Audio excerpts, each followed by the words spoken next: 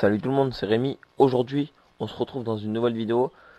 Donc aujourd'hui, on va s'occuper de démonter tout ce qui est cardan de la voiture et tout pour accéder à la boîte et changer les joints spi de, je sais plus comment il s'appelle. C'est en gros les joints spi entre le cardan et la boîte. Et donc dans un premier temps, je vais démonter pour voir à quoi il ressemble et pour être sûr de commander le bon. Donc dans cette vidéo, on est confiné, donc je suis tout seul. Voilà. Et j'en profite du coup, là je sais pas si vous voyez, mais l'aile est démontée en fait. Du coup, je vais me servir de ça pour accéder plus facilement, on va dire. En fait, je suis en train de refaire les passages de roue. Enfin, à droite, c'est déjà refait. Du coup, c'est remonté. Et là, à gauche, ça a été refait il n'y a pas longtemps. Et il manque de l'antigravillon que je peux pas commander. Du coup, j'en profite pour démonter mes cardans et accéder à ma boîte. Donc voilà, on est parti. Et je vais vous montrer un peu tout ce qu'on a à faire. Donc, dans un premier temps, facile, on démonte la roue et on lève la voiture.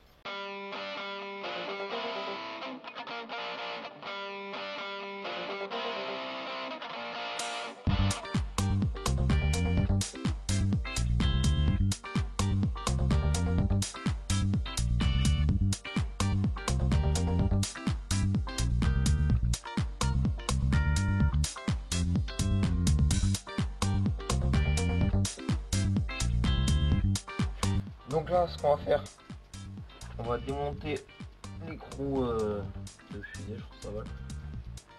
Donc là, si vous avez une clé à choc, tant mieux. Sinon, gros bras de levier. Quelqu'un qui freine, un autre qui démonte. Et c'est parti.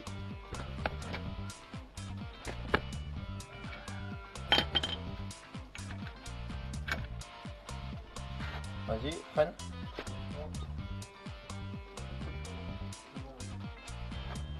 Et là, hop, normalement, tu devrais revenir. Et voilà, délicatement. Hop, c'est pas fini.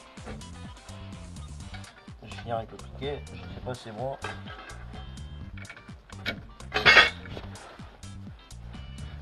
Ah, bah tu freines pas. Voilà.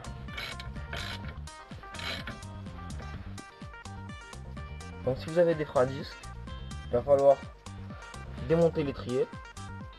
Si vous avez des freins à tambour, normalement c'est pas la peine, ça va sortir. Nous, là j'ai déjà démonté, ça devrait aller, mais je sais qu'on a eu beaucoup de mal à démonter l'étrier parce que les deux vis, donc il y a deux vis qui tiennent là et là, une en haut, une en bas, elles sont mais bloquées.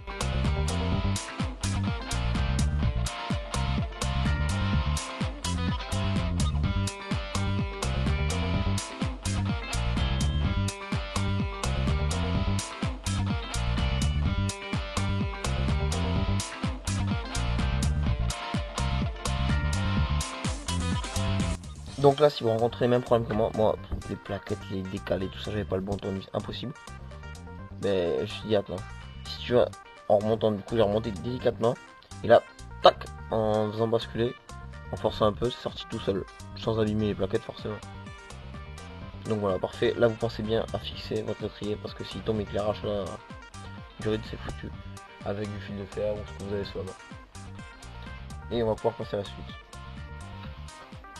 Donc une fois qu'on a enlevé l'étrier, on n'a plus qu'à démonter le la rotule de direction et la rotule de suspension supérieure, enfin de triangle supérieur. Donc celle-là, c'est la merde parce que d'origine en fait elle a été sertie avec des espèces de rivets, mais truc incassable quoi. De l'autre côté, ça a été une énorme merde parce qu'en gros, comme la plupart des rotules, si vous n'avez pas l'extracteur, ce que vous voulez, ça sort jamais. Donc nous, on n'a jamais réussi à la faire sortir de ce côté-là. De l'autre côté, pareil. Du coup, on s'était dit, on va percer là, tac, tac. Et ce qu'on va faire, en perçant, ça va dégager le truc là. Et on n'aura plus qu'à la sortir et on la changera. Sauf que ça, c'est pas passé comme prévu. Ça, c'est impossible à percer, tout ça. Du coup, on a dû passer un coup de disqueuse. Et une fois sorti, à la perceuse à colonne, on a dû péter les rigues. Et là aussi, ça a été une galère. Du coup, ce côté, on s'est dit, tant pis, on la change pas, elle est pas non plus pétée. Donc, ouais, c'est vrai que normalement, faut pas le faire. Et on s'est dit, si on était moins con, on démontrait ici le triangle. Et donc ce qu'on a fait, on a démonté le triangle ici. Et en le faisant basculer, c'est venu comme si on avait démonté ici. Et pour le remontage, parfait.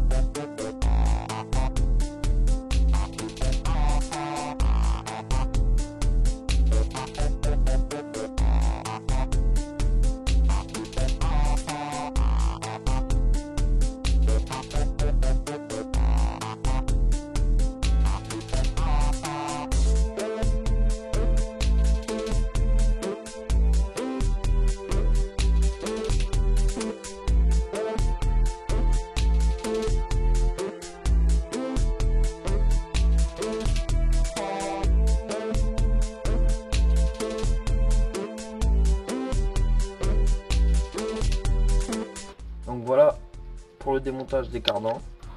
Donc là à ce stade, d'ailleurs vous pouvez démonter le carter, je l'ai pas fait. Là on arrive à la pièce donc il faut sortir. Et après on a le joint. Là on a, je sais pas si vous voyez, ouais si. Cette vis c'est un blocage, on va dire une bride. Ça faut la virer. Mais d'abord, enfin ou après quand vous faites une marque. Ou en tout cas vous comptez exactement le nombre de tours que vous faites. C'est super important parce qu'en gros cette pièce elle règle le différentiel. Par dessous là, ici avec un pointeau. Et là hop c'est venu tout seul, moi j'ai de la chance.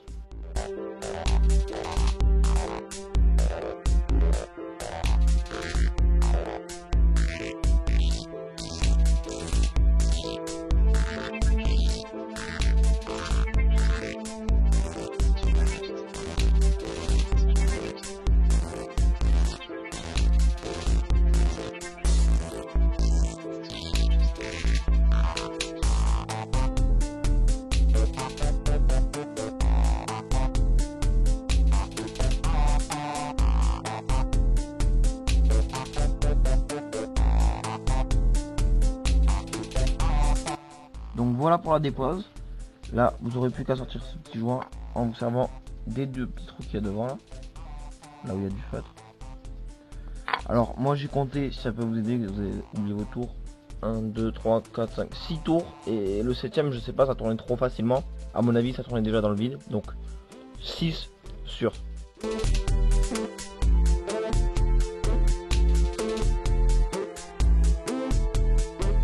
Donc voilà, c'est tout pour cette petite vidéo. J'espère que ça vous a plu. Et à la prochaine.